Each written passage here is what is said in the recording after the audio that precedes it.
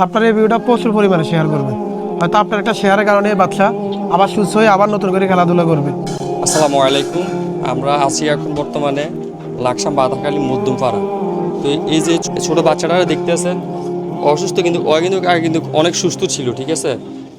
খুবই সুস্থ ছিল। আজকে 10-12 দিন মনে হয় ডাক্তারের ভুলের কারণে নাকি কি ওষুধের ইনফেকশন করতে পারি না, আর বাচ্চাটার গায়ের থেকে যে চামড়া আছে না, চামড়াগুলো সবগুলো উঠে যাচ্ছে। আচ্ছা, ঘটনাটা কি হচ্ছে একটু বলতো।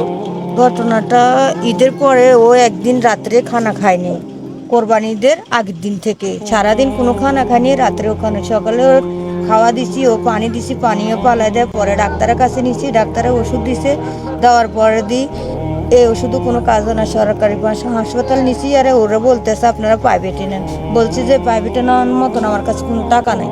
পরে জেনারেলে নিছি, আর জেনারেল বলতেছে আপনারা কুমিল্লা কুচেতলি নিয়ে যান।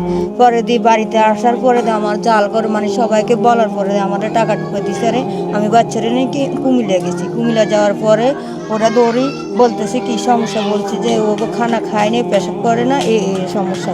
পরে তারা ভর্তি দিছে, ভর্তি দেওয়ার পরে 5 দিন রাখছে, রাখার পরে স্যালাইন লিখে দিছে, আমরা স্যালাইন সকল কিনে আনছি। আর বাইরের থেকে ওরা হাসপাতালের থেকে ওরা 3টা ইঞ্জেকশন দিয়েছিল, আর সবগুলো আমাদের কিনেছিল। আচ্ছা, যা হোক, তো আপনারা তো শুনলেন, ঠিক আছে? এখন এটা কি ডাক্তারের চিকিৎসার ভুল নাকি ওষুধের ইনফেকশন বলতে পারি না। শুধু আপনি কিছু কম তো, এটা কি ভুলটা মূলত কার হইতে পারে? জিনিসটা আমরা এখনো শিওর না, হয়তো কুমিল্লা আগে কুচাতুলে দেখাছিলেন না, জি। ওখানে ইঞ্জেকশন দেওয়ার 3-4 দিন পরে এই সমস্যাটা, যে বাড়িতে 5 দিন আনার পরে বাড়িতে 2 দিন পরে এই সমস্যাটা দেখা দিচ্ছে, পেট ফুলে গেছে। তারপর আপনি লাকসাম জেনারেলের ডাক্তার দেখাচ্ছেন। দেখাচ্ছি, আর বলতেছে আমাদের বাচ্চার কোনো চিকিৎসা নাই, আপনারা অন্য স্থানে নিয়ে যান। বলছে যে আমার কাছে কোনো টাকা নাই, আমি কিভাবে নিব, আপনারা কোনো রকম ওষুধ দেন।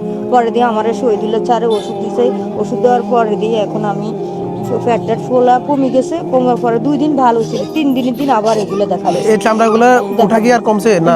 না, এখনো কিন্তু কমতেছে না, বাড়তে। এখন উন্নত চিকিৎসার জন্য আপনি ঢাকা নিতে হবে নাকি? জি, আমরা এটাই বলছে, আপনি কুমিল্লা আবার নেন, অন্য কুমিল্লা সদরও নিয়ে যাইতে পারেন। আর তো স্যারকে বলছি যে আমার কাছে তো টাকা নাই, আবার সন্দেহ কথা হচ্ছে যে এরা যে ঢাকা নিয়ে যাবো, ওদের কাছে ওই আর্থিক অবস্থাটা নাই। আমাকে বলছি আমার হাজবেন্ডে কি করে? অটো রিক্সা চালা, ভাড়া গাড়িতে চালা।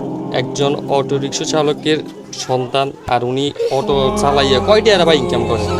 এখন আমরা যারা দেশে কিংবা দেশের বাইরে আছেন, যদি পারেন এই ছোট্ট শিশুটাকে সাহায্য করেন, সাহায্যের হাত বাড়াই দেন, আর যেন অতি দ্রুতভাবে ট্রিটমেন্ট হয়ে বাচ্চারা যাতে আবার সুস্থ হতে পারে।